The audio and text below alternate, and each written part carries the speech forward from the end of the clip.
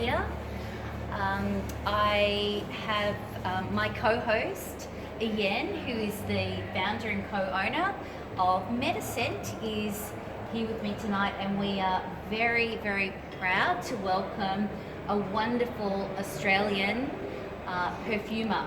And Rasei Fort has come here to join us this evening, and we're delighted to have him.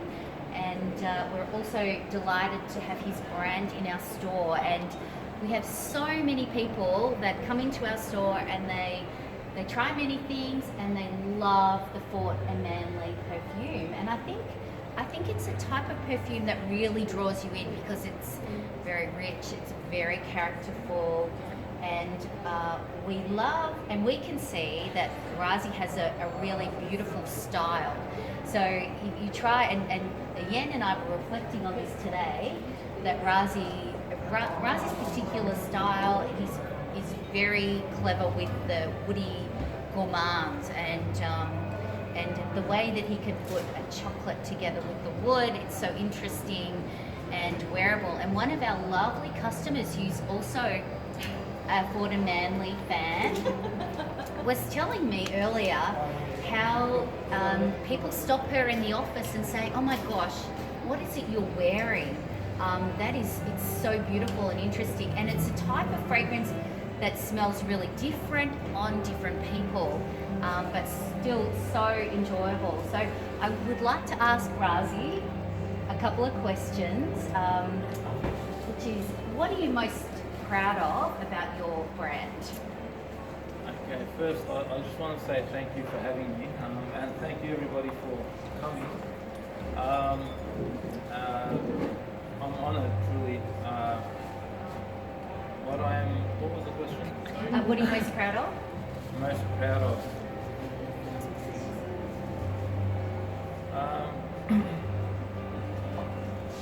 I think the greatest achievement as a self-taught perfumer is that people could wear your fragrance and actually enjoy it, and like stuff like what was her name? Sorry, Lexi said earlier. Getting compliments from others and knowing that you created that to have people, compliment you and enjoy your fragrance. That's probably the greatest thing. I mean, that's priceless, and that's what really gives me joy. Yeah. It's a beautiful thing. I really agree. And Rasei, so with the collection, the Fort and Manle collection, can you tell us, because there is a particular style and fragrance sensibility, what direction would you like to take your brand in? I want to try to, every time I start a new project, you could say a new scent, I always try to do something different from the last perfume. But I've noticed that, and people say this a lot, that there's a certain DNA, and I guess that's just the style that I have that I can't really change. Obviously, not going to perfumery school, it has its pros and cons.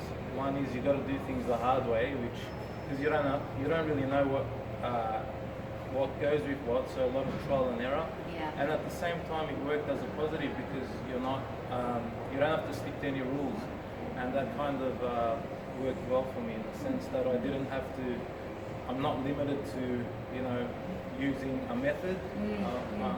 My creativity is pretty free to do whatever I like, and so it's turned out the way it has, and I'm happy. Yeah, obviously Rasei's been doing something right, because it's got such great demand and has built a really strong following. There's almost a cult following around the Fort and Manle brand, which is really exciting. So now that you're known internationally in various regions of the world, and congratulations on opening at Saks Fifth Avenue, which is really exciting. Where would you like to be next? I haven't really planned or thought ahead. I'm just trying to deal with just everything. enjoying this? Yeah. Okay, well thank you. Thank you. Now we have a prize for someone that wants to ask a really good question Rasei. So have a couple of questions and we'll pick the best one, and there's a discovery set for you as a prize. Does anyone have a question for Rasei? Let's hear it. How long have you been a perfumer? Perfumer.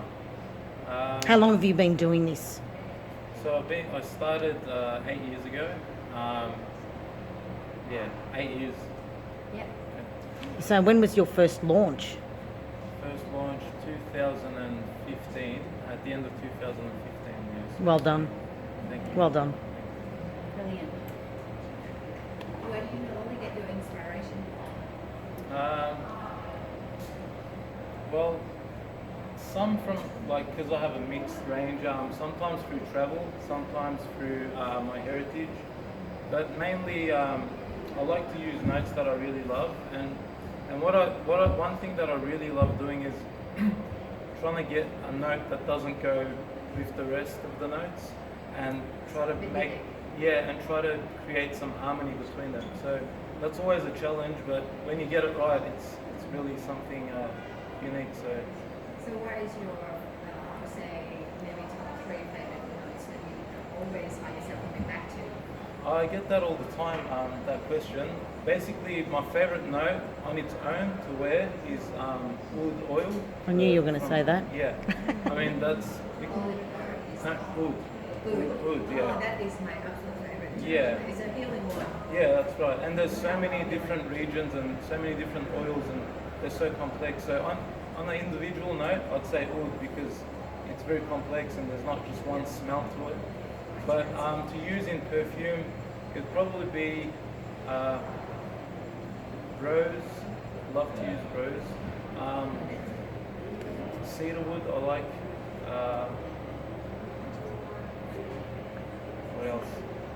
Vanilla. He's not in the gourmand Yeah. notes. I love. Yeah. Vanilla chocolate. The gourmands are there, so Beautiful. thank you. All right, well again, thank you so much, Rasei. Please make sure if you haven't introduced yourself to Rasei, please do. And now we've got to pick the best question. Do we have a question over here?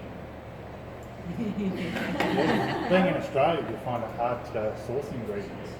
Yeah, that's always been a bit of a tough one, but I've been sourcing from overseas. But there is a store on Smith Street in Collingwood called Aroma. I use their oils quite a bit. The natural oils, essential oils and stuff. I use Aromas. Yes, question. My question was, do you have a signature scent that you personally wear? So if you had a very special event, like your absolute favorite that you just always wear? Yeah, I have two actually. So if the weather's warmer, I like to wear Fatih Sultan Mehmet. And if it's cooler, I wear Bojnikov. Yeah. We're all going to go back and try those again now. Great question, thank you. All right, so Ian, you're picking the winner of the prize. I think some guy there, they still have some papers. Oh, I beg your pardon. I don't have one, but I'll ask one anyway. Yeah. A while ago, you posted on your Instagram about you receiving like a bespoke order from some guy, and you had like all these really expensive oils. Can you go through like the process of like you receive the ingredients? Like, how do you start, and like where are you currently at the moment? If you're finished or still going? Yeah, the scent's finished, and he's going back in a couple of weeks. So basically, I sat down with him with all the oils that he presented to me, and I had some oils of my own, obviously, but he was very particular in what he wanted. So we started with, I basically just asked him a few questions like, what notes do you want the most dominant, or what fragrance would you like it to resemble, stuff like that. And we took it from there, and the fragrance is basically mainly oud, so that's what he wanted. And he has a lot of deer musk as well, as you saw in the photos. He had real deer musk grains, So he made me put them in the actual bottle so you could see the grains in there. And it was the first time I'd actually used that, and you could see the grains actually letting off like a reddish color into the juice. So when I first made it, the juice was like, yellow, and after a couple of weeks, it's gone like almost red because of the musk. And the first thing that you smell is you get that real animalic beer musk, and that's what he wanted. So the process was pretty much that. He was very particular in what he wanted, and yeah. Thank So you. how long did it take you like all up? The whole process? Yeah. Well, I made a couple of trials, and then after a few days, he came over again, and I let him smell it, and he was happy with one of them. So he wanted to go ahead with that, so I just made it. So all up, it took about a week. Yeah. But the maceration period is, he could leave it sitting in his cabinet for as long as he wants. It just gets better with time. Yeah. Susan, I've had one. Out of your range at the moment, which has been the most complex scent to put together? So just in case, I'm not sure everyone heard that, but out of the range, Yes. which has been the most complex scent to Put together. You mean like the hardest Yes. to put together? Like, yeah, that's basically. So when I'm making the perfumes now, I'm doing like, depending on the orders that I get, normally it ranges from 2 to 5 liters at a time. And some of the fragrances that when I do put them together, I just the one that takes me the longest actually is Impressions de Giverny, because it actually has the most amount of notes. Even though I'm not sure if you can pick up on all the notes, but it has the most florals and the most fruits, and it's really it takes me the longest out of all of them. Okay. Yeah. So you said that you can keep the perfume for as long and it will never go off. Yes. But in shops in the other months, they say that it only lasts Shelf life years. of 2 years or something like Yeah. that. Yeah, I've heard that before as well. But it's funny because when I first started making perfumes, I have ones like Bozhnikov from 6 years ago that's sitting in my drawer, and it smells better now than before. So, and I met a gentleman 2 days ago at Peony in Hawthorne, and he told me that his perfumes, some of them have gone off, and it's surprising to me because all of my collection, none of them have smelled bad or gone off at all. So I have no idea about what's going on there. Probably want to sell more, Maybe. Selling technique, yes. Good. Yeah, me, one more. Yeah.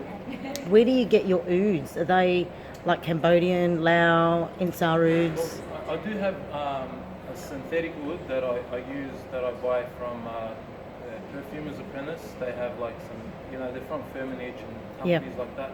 But but the natural woods that I buy from Ansar. Insar, they're the best. Yeah.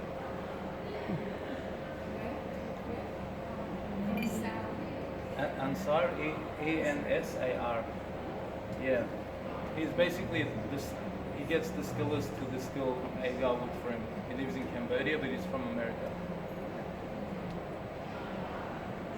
question. All right. What I missed before, so what's the deal with all the bottle design? Okay, so I'm going to stand it white so you can see the beautiful bottle. so basically the bottle designs are artworks that were drawn onto paper. Then I send them over to a company that gets them.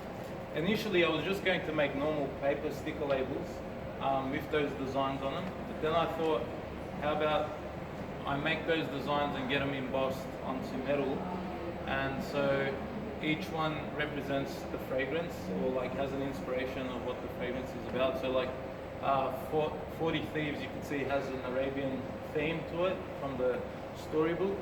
Maduro has like the wrapping of a cigar, like Cuban cigar. So each one is inspired by the fragrance. So initially they're all photos and basically embossed onto zinc alloy. I thought I'd just make it something different, and I went for the metal look. It's very distinctive. Yeah. Yeah. Thank you. Howie, What's the biggest challenge you've faced making fragrances? The biggest challenge that I'm facing every day is basically trying to trying to keep the demands, and the problem with it is you have to let them perfume sit for at least, you know, for me, I like to let them sit for at least a month before I send them out. So when you get orders, you never know when that's going to be, so you always want to have production. So the biggest challenge is, and I have 10 fragrances as well, so it's always, I'm not stopping, so I'm constantly making perfumes and Having the right raw materials. exactly Yeah. right, and I want to make new perfumes, and to be honest, I just love making perfumes. I never thought that I'd be like making 5-liter batches every day, and it's sort of, I mean, that's the hardest part of the business. So what would you plan to do if one of your like ingredients or like whatever you're going for ran out and you could no longer get it? Would you just discontinue? the No, fragrance, or- that's happened to me with, I think Maduro. A couple of the ingredients which I couldn't get, I had to reformulate it. So I put that on the website that it's been reformulated. That's probably what I would do, but some other fragrances like Bojnikov, which contains an oud called Aroha Kyaku from Cambodia, that's from the Ansar's website. And so I bought the last batch of 2016 from him, which was approximately 30 grams. And so once that runs out, I guess I can no longer make that perfume exactly the way it is. So I thought about either reformulating it or bringing out a new perfume. I personally like to bring out a new perfume just because I love working on perfumes, but we'll see. Okay. Yeah, thank you.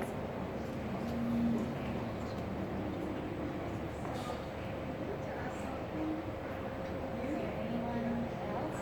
Seem to keep missing. Do you have any strategy when you first started introducing your perfume line to the market? No, because what happened was when I was ready to launch, the bottles didn't look like that. I don't know if you've seen the old bottles. They were just little 30 ml translucent clear bottles with a sticker on them and a wooden cap. And I launched that, and I was just hoping for the best, really, and nothing really happened besides one blog, Australian Perfume Junkies. They wrote about it, and after that, it was the following year, I entered the 2017 Art and Olfaction Awards with Fatih Sultan Mehmet, and when I sent that in to the awards, which is basically, have you heard of the awards ceremony that they have? It's basically a competition for artisanal perfumes, so handmade perfumes, and it gets judged through 3 stages of judging, and out of 300 fragrances that year from 34 different countries, Fatih Sultan Mehmet was nominated as a finalist. He was shortlisted as a finalist, so they invited me to go to Berlin for that, and like, I was like, whoa, you know, that was something huge for me, because I'm just this little guy in the garage blending oils, and then next minute I'm getting like recognition. And so I went there, and I met Luca Turin, and I met some perfumers and stuff like that, and it was a nice experience. But from there, I didn't win the award. Unfortunately, I was pretty shattered. But the following year, I thought, you know, I'm gonna enter it again, and I entered that with Impressions de Juveni, and again it was shortlisted to top 10, and this time they invited me to the UK, so I was like, whoa, 2 years in a row, so I was really happy. So it's just been like a roller coaster, really. I didn't really plan for this. I was just doing what I love, and you know, it just became what it is. Yeah, exactly. As long as your passion shows, I guess, through your work, and you have some form of, you know, creativity and originality, I think you'll do well, regardless of what it is. And you have to believe in your product and don't ever give up. Like, I've had a lot of hard times, like with shipping, with you know, to ship from here to overseas. It's like, you know, it's easier to ship dynamite sometimes because it's DG. It's considered dangerous goods, as you know, so I couldn't really send to anywhere else. But now we've worked around that, and yeah. Sorry, that was a long answer. That's a very good question. Thank you. Thank you for asking it. I heard that Colonia had the 5-star in Catering New. Yeah, that was the new. So I made a cologne, yeah, and I don't know if you guys heard of Colonia. Yes. It received 5 stars by Luca Turin as well, and that was really big for me because I wanted to get 5 stars for at least one of my perfumes here, and they the most I got was 4 stars for Fati, 4 stars for Charlatan, and when I didn't get the 5 stars, I was a bit gutted because I'm a bit competitive like that. But when You've been interested yeah. So basically, I sent him a bottle of the new Splash On cologne, and then I received 5 stars, and that's it. That's all you could say. I got 5 stars. Yeah. Well, I actually think maybe Rasei should choose the best question. No. No, I'm you not don't want involved to do in that. You don't want to do that. All right, I think Yen should choose. Actually, You know, your passion is very interesting.